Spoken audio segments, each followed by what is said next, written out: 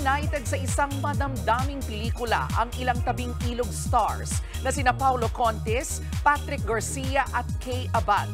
Ang kanilang naging journey sa bagong proyekto, ibinahagi po nila sa News 5. Nasa frontline ng balitang yan, si MJ Marfori. Nakakamiss! Joke lang. Dating gawin! Talagang nakakamiss! Ang lakas naman kasi talagang maka-throwback feels ng tila tabing ilog reunion movie na ito ng Netflix na A Journey. Dahil after more than 2 decades, muling nagsama-sama sina Paulo Contis, Patrick Garcia at Kay Abad.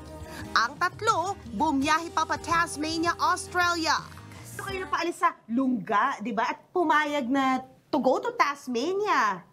Ikaw pa? For me, nung sinabi sa akin na it's a movie with Kay and Paolo, ay sinabi ko talaga, make sure it's Kay and Paolo, or else I won't do it. Yung isa sa factor na nagpa-yes sa akin. Kasi silang dalawa na alam kong yung husband ko rin, si Paul Jake, na kampante siya, na silang dalawa. Alam nyo ba, muntik na palang hindi matuloy ang A Journey? Nawaw mali kasi si Kay Abad dahil ibang project ang naunang ipinresinta sa kanya. Iba yung story. So parang ako, so yung character ko parang hindi importante, parang nasingit lang. So parang ako, come back, tapos ganun lang yung character ko. Nung nag-present siya, sabi ko, Pao, iba pala yung storya. Close to their heart ang A Journey. Lalo't kwento rin ng friendship ang pelikula. Iikot ito sa bucket list road trip ng isang babaeng may cancer, kasama ang kanyang best friend at asawa. Bukod sa dibdibang storyline, dapat daw abangan ng mga naisingit na tabing ilog references at cameos. Abangan nila nga kung sino yung mga lalabas na Surprises. Kakami yung mga surprises Yes. na we made sure naman na yung mga cameo nila may kinalaman sa pelikula. No?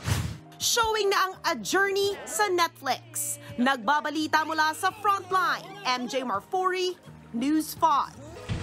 Mga kapatid, ito po ang inyong K-Alaman Queen, Kalad Karen.